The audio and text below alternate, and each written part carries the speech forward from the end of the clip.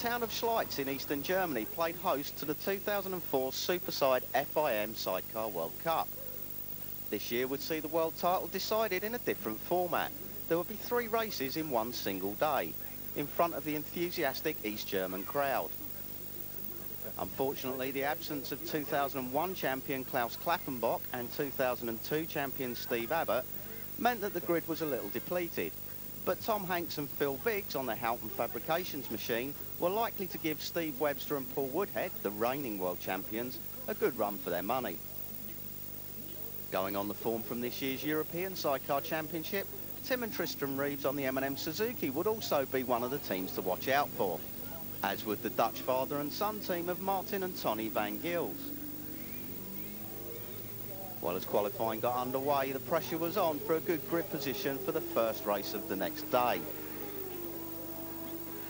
Number 14 was Brian Pedder and Rod Steadman. The Dave Roberts run LCR Suzuki was going well on Pedder's first visit to the road circuit here at Schleiz. Austrian Gerhard Hautzenberger with German Michael Hildebrand and the passenger seat were going well also, and they were hoping for much better luck in the World Cup event. Number 5, Tom Hanks and Phil Biggs. Well, they've been going great guns in the European Series and were in with a real chance of the world title. But so were the young pairing of number 8, Tim and Tristram Reeves. But in qualifying, they had a lot of problems with their Suzuki engine machine. In and out of the pits, we asked Tim what the problem was. Tim, not a good qualifying session for you so far. What's the problem? I don't know, Ian, I can't find it. It's got a misfire. We've changed everything. Engine, everything, every part electrical on it, we've changed everything. And we just can't find it. Go do one lap and a half and it's fine, then it starts banging and popping, only rev to 8. Another young team were the Austrian brothers Michael and Bernd Grabmüller, making their first appearance on the world stage. Number 11, Billy Galros and Peter Berglund. The Swedish pair had been on the rostrum in the European Championship this year and have been getting better as the season goes on. They were hoping that the World Cup event would provide them with even more success.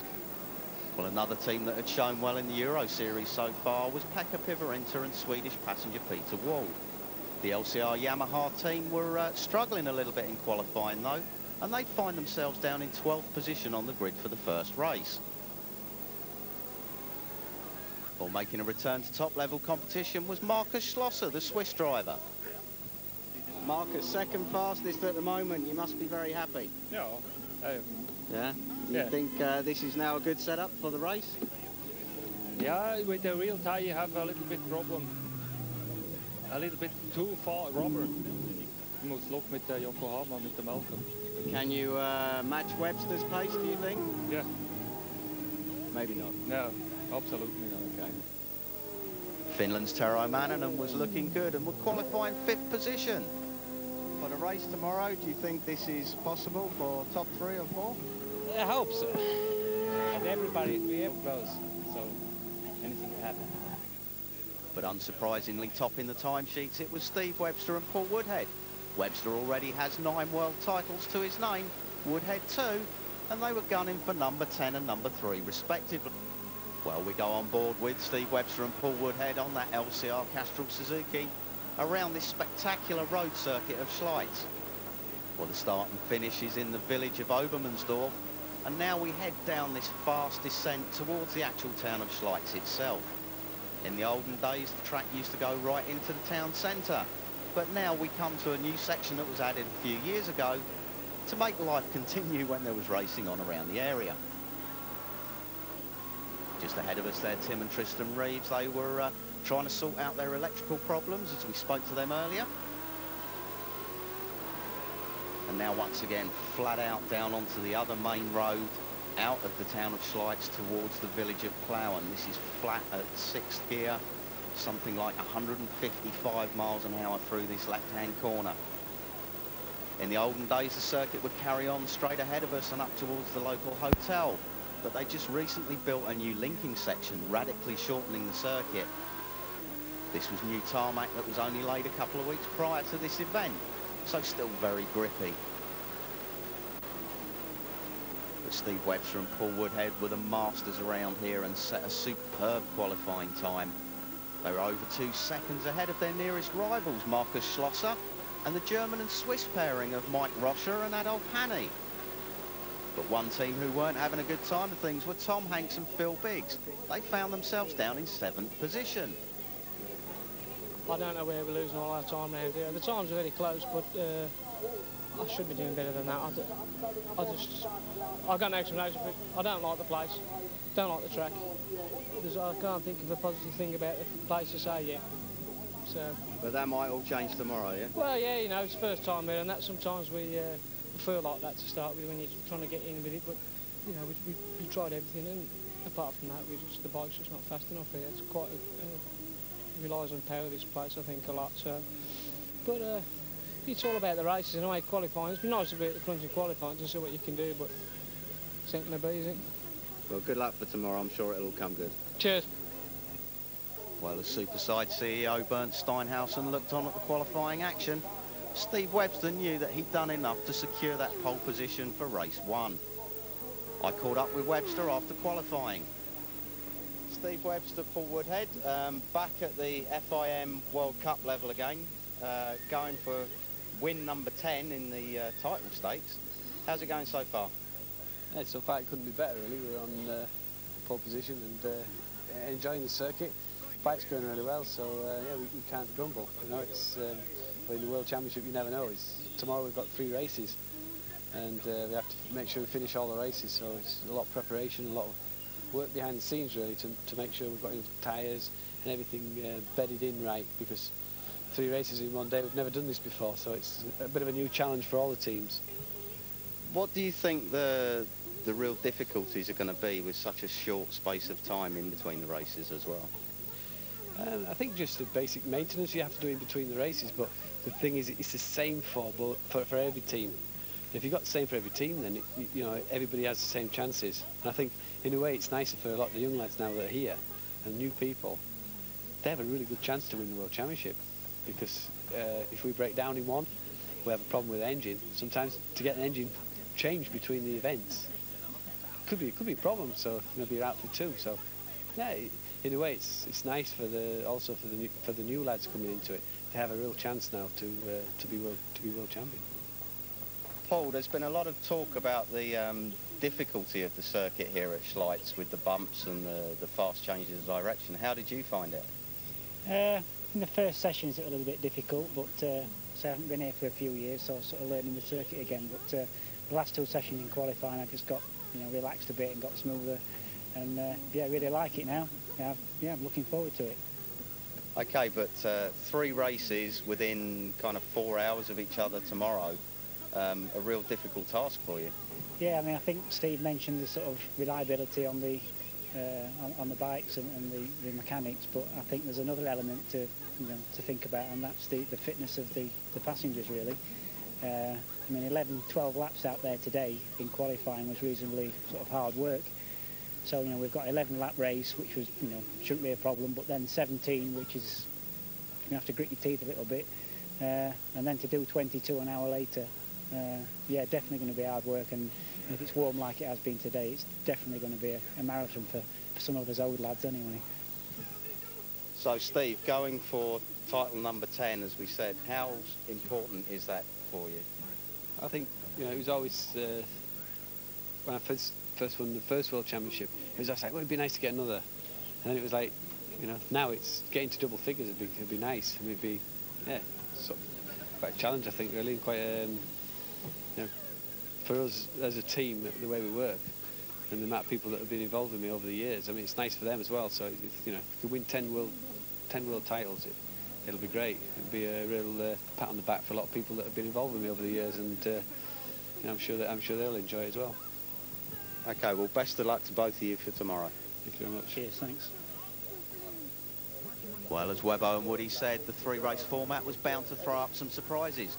Join us after the break for race 1.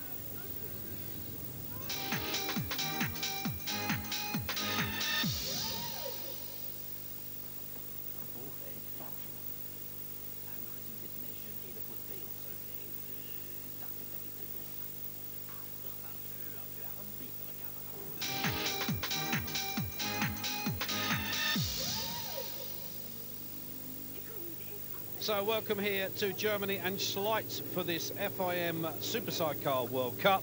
And Ian now down on the grid with Martin van Gils. Martin, fourth position on the grid, very good qualifying. What do you think for the first race today? Yeah, I think the first race is very important. That it is a short race, but yeah, it is very important for the second race. And yeah, the start is very important here. And you're happy with the setup from the machine? Yeah, it's okay. Okay, good luck. Thank you. Alof Hanny there, sharing a joke with his former driver, Marcus Schlosser. Dolph, second position on the grid. Yeah, very good, yeah? Yeah, perfect. This is beautiful for me. It's the first for a long, long time. When the race is finished, when it's a good position, perfect. Do you think it's possible to beat Steve? No. He's too fast at the moment. Yeah, very too fast, too fast. But you look forward to runner-up, yeah? Yeah. Okay, good luck. Okay, thank you very much. Thanks. Qualifying in 10th position, number 14, that's the Brit, Brian Pedder. Brian, nervous moments? It's okay, it's okay. It's a good circuit. I'm feeling fine. That's a bit apprehensive, right? But I'm sure everything will be fine. Well, the crowd beginning now to assemble for the start of the first race. Ian's back in the commentary box with me here. And, well, any predictions on this one, apart from that man that's got number 1 on the front of his bike? Well, Webster's been so dominant in qualifying, but, you know, the rest of the grid behind him are so tightly bunched that really anybody could get up there and give them some problems. Well, Hanny got an absolute great start there. He may well lead into that first corner. Steve Webster with his usual starting position, about 4th or 5th down. Webbo just doesn't seem how to get that outfit off the line, does he? No, he's made a really hard job for himself there. Down in about 10th place, actually, looking at that. Barry and Jane Fleury there, the New Zealand pair, just bringing up the rear of the grid at the moment. So here we are on this superb circuit here in Schleiz in eastern Germany. It really is a sort of change from what you would normally see. There's a lot of action going on already on the track. There is number 8, Tim and Tristan Reeves. Now, they also have not had a good start. Well, they were down in 13th spot on the grid after their problems in qualifying, so they've not done too badly so far. Oh, something happening down there. I think that's Hanny just pushed his way through into the lead, so it's already getting physical, Ian. Yeah, Mike Rosser and Adolf Hanny, they got the jump at the start, but under pressure from Martin and Tony Van Gils now, and this is a bravery contest into turn 1, and it's Rosser. He's been superb in qualifying, second on the grid to Webster, and now really in with a good chance of this World Cup title, because Steve Webster's still struggling way down the field. Well, there's Tom Hanks also on that Holden Fabrication number 5 machine. He didn't get a good start either, so some of our top runners, as expected, are way down the field, as you say, Ian, and some of our, well, I won't call them lesser mortals, because they certainly are as quick as everybody else, but the lads that aren't doing so well in the European Series are out front, and it's a bit of a surprise, really, isn't it? Yeah, Tim and Tristan Reeves went through the shot there, and there's Steve Webster. He's still struggling behind Tom Hanks and Phil Biggs, but beginning to make up ground now. But looking at the front of the field, there was Richard Gatt and Paul Randall up in 3rd position, I think, and that's a great showing from the British pair. Well, former British champion, of course, Richard Gatt, and, well, there they are, and Webster's got a lot to work to do, although we've seen Steve so many times do this, get a poor start and just pick his way through lap after lap. There goes Tom Hanks, just gone through. So here we are again. It's Martin Van Gils on the number 4 outfit that's out front. Yeah, and Richard Gatt now up to 2nd place. Rosser and Hanny made a mistake in that final chicane. Steve Webster in front of Tom Hanks and Phil Biggs now. Hanks not happy with his qualifying, but hoping for a better race performance. Many of these riders, of course, are not familiar with this circuit. Ooh, that was a bit close, wasn't it? Yeah, it looked like Tony Van Gils had a bit of trouble getting out for that left-hand corner, and the outfit right up on 2 wheels through there. Webster now beginning to make progress through the field. He's got Tim and Tristan Reeves in front of him. He'll just keep chipping away like he normally does, looking for the advantages. Webster, you say, a 9-time champion. He's no stranger to this circuit, and certainly no stranger to Sidecar racing. Number 20. Thomas Buchel and Yuri Perchislek, the Czech riders, the only Czech sidecar team in this competition. But out front, Martin and Tony Van Gils still heading the pack through, and they're beginning to pull away now from 2nd place. And they're on that new part of the circuit that you talked about earlier, Of course, you'll remember as a driver here, going up through the town and the village yourself, won't you? Yeah, the old circuit was fantastic, but they've done a good job shortening it. It was done for a lot of safety reasons, and able to hold this FIM World Cup here is a big boost for the town.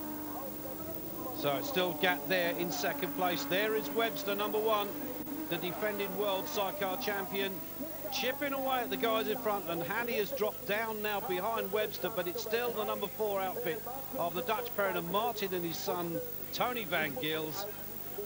Hanny there under pressure now. Hanny, I think, has got back in front of Webster again. I'm not sure.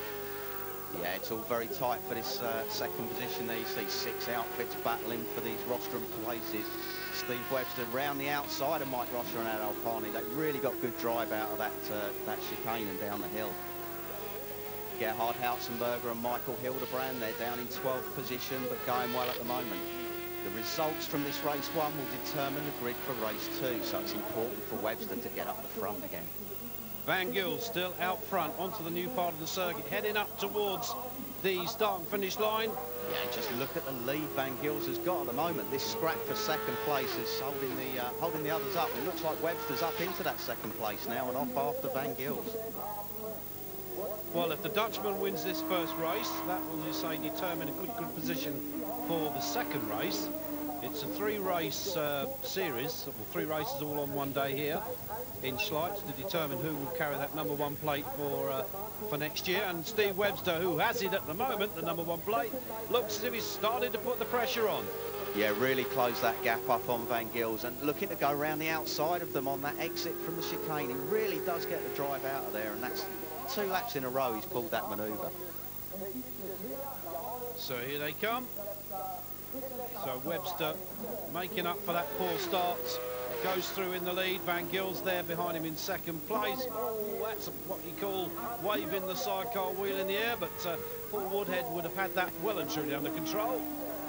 So yeah, we're looking back for 3rd place now, Ian. Who occupies that position is that? Well, that's Marcus Schlosser and Mike Hilbig, new passenger that he's got for this weekend. Ad Alpani, their passenger in for Mike Rosser. They've dropped back down to 6th position at the moment. A really good ride from Schlosser. He's been racing in the German championships this year and first time back at world level and showing that he's lost none of his ability. Number 5, Tom Hanks, the British-based bearing on that. Oh, someone's gone out. Oh, disappointment for Schlosser there. He was really beginning to up the pace, but it looks like that Suzuki engine's let go.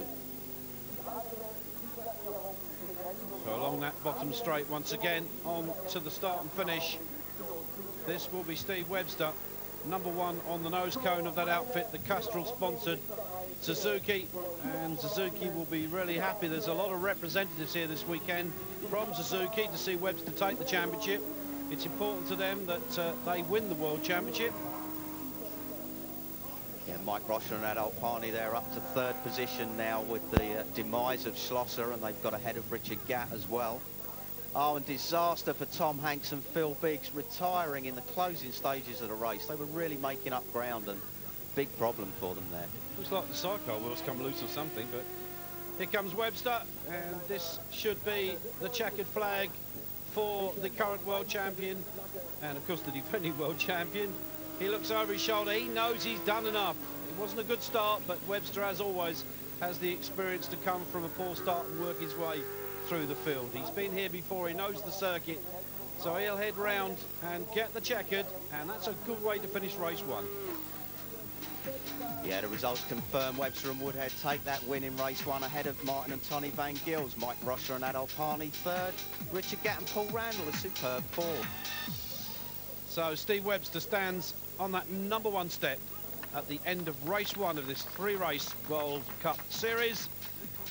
So that puts them firmly in the lead with 25 points, with Martin Van Gils there and Tony in 2nd, from Rosser and Hanny in 3rd. Race 2 we've still got to come, but let's first talk to the winners. 1 victory, 2 more to go. Possible?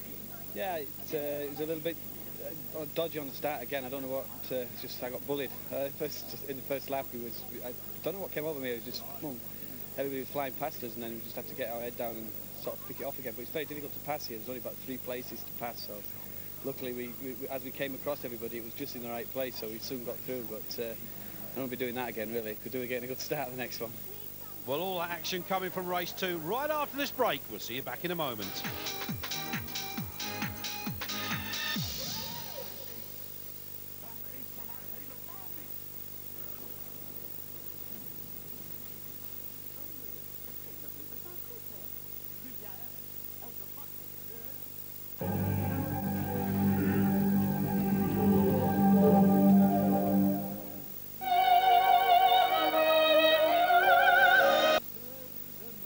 So welcome back here to Schleiz in Germany. Race 2 of this World Championship on the line, and Ian's down on the grid now to catch up with Tom Hanks.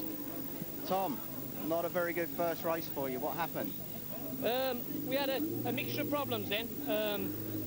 Halfway through the race, it started to handle a bit, not how I'd like it anyway, and got a bit lively, and in the end I stopped. It got bad. Sidecar wheel had come undone. I think something had happened to the bearing or the hub or something. So we've changed all that for this, but I don't think we were going to finish anyway. We had a water pipe broke that we didn't know, which must have broke literally as we were pulling in, because, you know, that was it. 12th position for Tim Reeves from race 1. Tim, big problems in the first race. Yeah, we had a wire break to the camshaft sensor, but we've traced it and found it, so fingers crossed now. Okay, starting from this far back on the grid go, going to be a bit lively for you? Yeah, it'll be all right, won't it? I think it might be a bit of a problem for a few laps, but I think it'll be all right. I just hope Steve gets a bad start like he did in the first one, then it'll be all right. If he gets a good one and he's away, then obviously it'll be hard to get near, won't he? So I'm just hoping he fluffs it up and then I'll be all right. First on the grid, Steve Webster. Second alongside him, of course, is Martin Van Gils. And third is Mike Rocha. Mike, very good result from race 1. You think possible for race 2 also? Yes. I look. Okay, good luck. Yeah, thank you. So here we go, race 2 about to get underway. Ian's on his way back up into the commentary tower to join me for this second race. Webster will be hoping for a better start than he had in race 1. We're on board then with Tim Reeves, the LCR Suzuki GSXR, and well, Tim's got a reasonably good start, Ian. Yeah, he certainly got off the line well there, and but now mired in the middle of that pack and on the inside of that corner, cutting across a little bit. Oh, we've lost somebody. That's Billy Garros, I think, that's gone off and lost his passenger. And there was somebody else involved in that as well, and it was number 20, Thomas Fuchel. Oh, the Czechs will be disappointed with that one. Well, let's see that again. Well, hard to see what actually happens, but somebody got a nudge and took Billy Garros off the track. Peter Berglund not able to hang on as they scrape along the Armco barrier there, and obviously Thomas Fuchel taken with Billy Garros. So big problems on the second corner of this second race. I actually think they were dead lucky to get away with that. Well, they haven't really got away with it, but there doesn't seem to be too much damage to the outfit. No, very lucky indeed, but the facilities here at Schleiz are impressive. So we're back on board once again with Tim and Tristan Reeves, and they are not having a good World Championship. No, I think they were really up for winning this title this year. They've been going well so far, but just problem after problem this weekend. And now chasing down the Austrian Josef Moser with Uwe Wackler in the chair and struggling to get by. So I don't think that problem that they have has been sorted out properly yet. So can not set the whole outfit and completely ruin any attempts you've got at winning races. But here they are, and well, there's a good old scrap going on out front. Yeah, number 10 there, Tero Mannon and the Finn down in 6th or 7th position. But yeah, this is a good start from everybody. Yellow flag being waved at the top of the hill, so no overtaking, boys. Otherwise, you're in trouble. And this is Tim Reeves. He's up behind the French pairing of Jean and Gregory Clues, and they're having a good ride. Their first World Cup event, and really showing well for the French. Down the hill they go. This is a fantastic view of the circuit here at Schleiz as Reeves goes hard on the brake. Someone pulled over just then. Was that Billy Garros just pulling over to the right? Did you see that, Ian? Yeah, I think that was Billy Garros. Oh, Tim Reeves getting very out of shape there through that right-hander. But yeah, I think Billy Garros pulling off the circuit. So obviously that damage at the first corner there, not able to continue. It's either that or he's waiting for his passenger to catch him up before he carries on the race. Tim Reeves now up past Jean and Gregory Clues and setting off after these top 7 in front of him. So the young Brits who came into this M&M team midway through last year, if I remember rightly. Having a bit of a hard time, but who is it that's out front? Is that Webster? No, that looks like number 15, Richard Gatt, and Paul Randall at the front of the field. These two having a grass. Webster behind him in second place. There's Harney, top 3 in race 1. So the points are beginning to rack up. There is Martin van Gils. Pekka Pivarinta and Peter Wall there. They've got a much better start in this race, and they're up in front of Hanny and Rocha, so that's good for them. So here comes Webster, the world champion, up against the former British champion, Richard Gatt. Martin van Gils there on the number 4 outfit, finished second in race 1. He'll want to finish somewhere in the same position if he can in race 2 or win it. There is Tim Reeves with his younger brother Tristan in the chair, and they are working hard and in amongst that pack now, Ian. Yeah, they've certainly caught up very quickly. Number 97, Michael Grabmüller there, the Austrian. He's having a good run in his first World Cup event. Only a young pair in from Austria, these two. Well, it's nice to see new blood coming into sidecar racing, because let's face it, this is a spectacular sport with these highly tuned, almost Formula 1 technology outfits.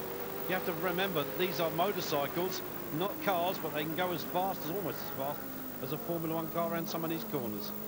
Yeah, tremendous grip from these wide, slick tyres, and almost 190 horsepower from the 1000cc engines. You can hear that Suzuki screaming down the start-finish straight.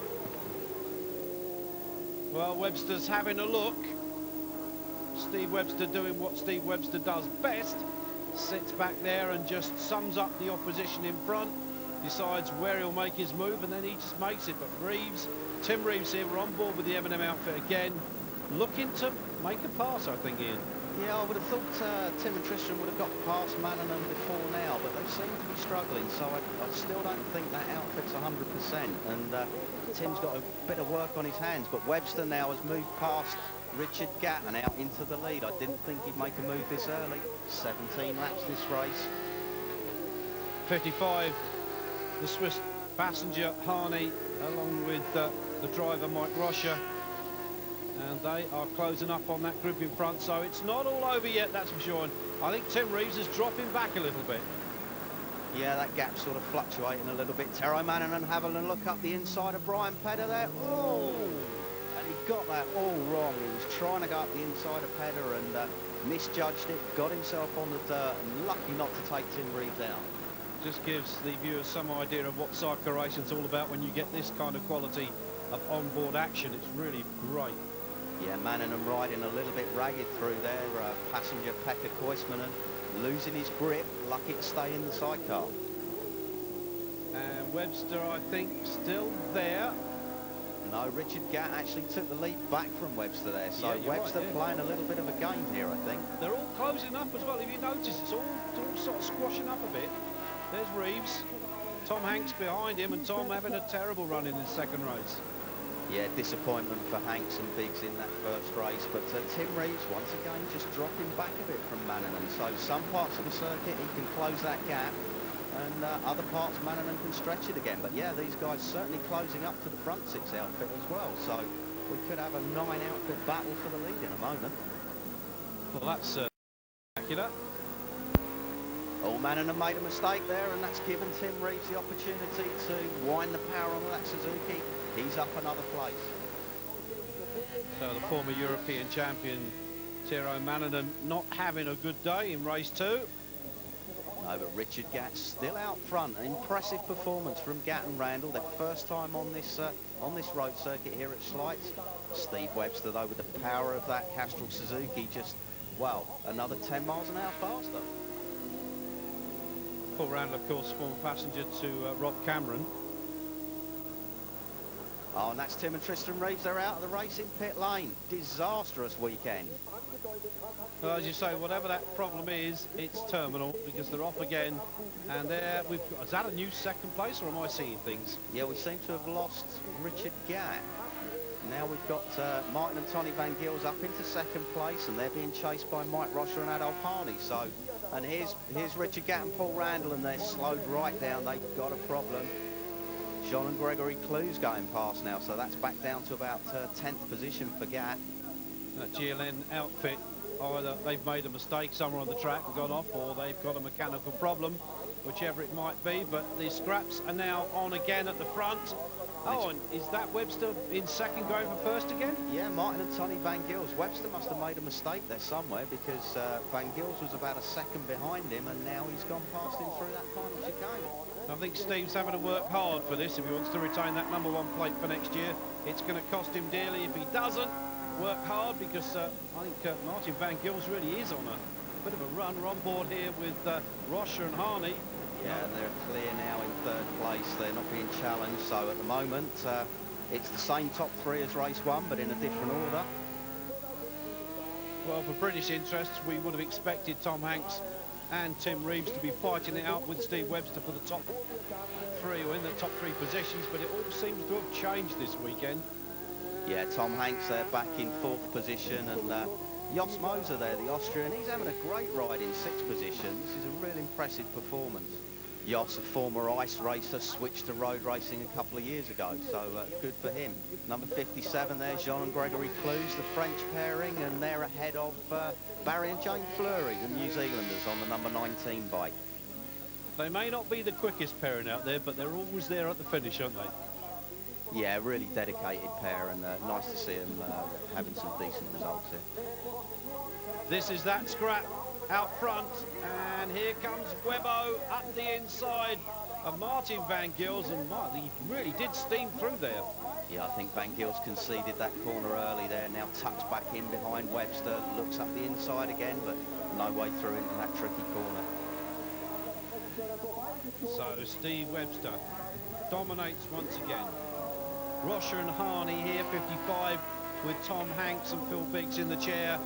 Number 5 behind them. There is Steve Webster with his passenger, Paul Woodhead, working hard as they always do. And out front, Martin Van Gils, he was there in second place. There's Harney. So we're looking, I think, at the top three. Third for Harney again. Yeah, but Tom Hanks and Phil Biggs are rapidly making up ground now. They've closed a heck of a lot in this lap. Webster, well, he's now broken that toe from Martin Van Gils. Here he comes, second checkered flag of the day for Steve Webster. Who will be second? I think it's going to be Martin Van Gils. And it looks like Tom Hanks took third. So great ride from Tom Hanks. Let's have that Webster and Woodhead then from Van Gils, Hanks, Rocher, Pavarinta and Brian Pedder there finishing top 6. So there is Steve Webster and Paul Woodhead going back onto that #1 step with Tom Hanks there and Phil Biggs alongside them in third. Martin and Tony Van Gils in second. Well, the standings after the 2 or 3 races, Webster with maximum points, Martin and Tony Van Gils and Mike Rocher and Adolf Harney chasing hard. Piverinter and Brian Pedder in equal 4. Every corner was perfect, the bike is perfect, everything is perfect. Third and final race from this World Cup coming up right after this break.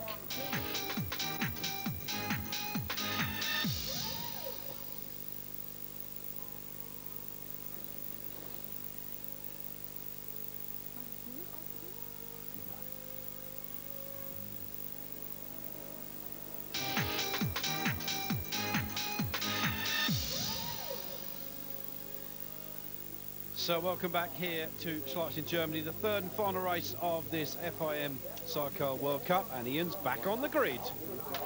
Brian, 4th overall so far, a bit more than you could have expected perhaps? Fantastic, fantastic, I'm really pleased. Excellent track, suits us down to the ground. Just a little bit of luck in this one and fingers crossed, but anything can happen. Steve, 1 race away from title number 10. How do you feel? Yeah, it's a little nervous maybe. We know we have to finish, so if we don't finish then we lose it. So it's very important to finish. We need to finish, I think, third at least. We worked it out where we need to finish at least third place, even if Martin wins it. So yeah, we just got to try and keep out of trouble. Let's see what happens there. Okay, hopefully we talk to you afterwards. Thank you. 2 races run, 1 more to go, 22 laps. It's all about strength and stamina. Martin, 2nd overall. If you have a good race here, you could win the world title. Yeah, maybe, and I like this, and especially 3 races, and we are strong. I'm coming from the motocross, and yeah, I'm strong and I like this. Yeah, I hope so. That my bike is finished, and then we hope to. Okay. So it's all on this last race, and he's hoping he can win it. Oh, and poor Richard Gatt there, out of this one. Problem in warm-up. They're in the pit lane. They're not going to start. Ian running up the stairs to join me here in commentary. As they're on the line, we'll wait for them to come under starters' orders. So the third and final race of this FIM Superside World Cup about to get underway. Lights have gone to green, and here they go. Yeah, and did Webster get the start this time? Well, no, it was Van Gils that got into the turn one. Steve Webster unusually nervous on the start line there when I spoke to him, and he knows that he can lose this by having a bad result. Well, the likelihood of that happening, I think, is pretty remote, I think, Ian. But there's our New Zealand pairing at the back there, Jane and Barry Fleury. Yeah, and it's Martin and Tony Van Gils. They know they've got to win this race to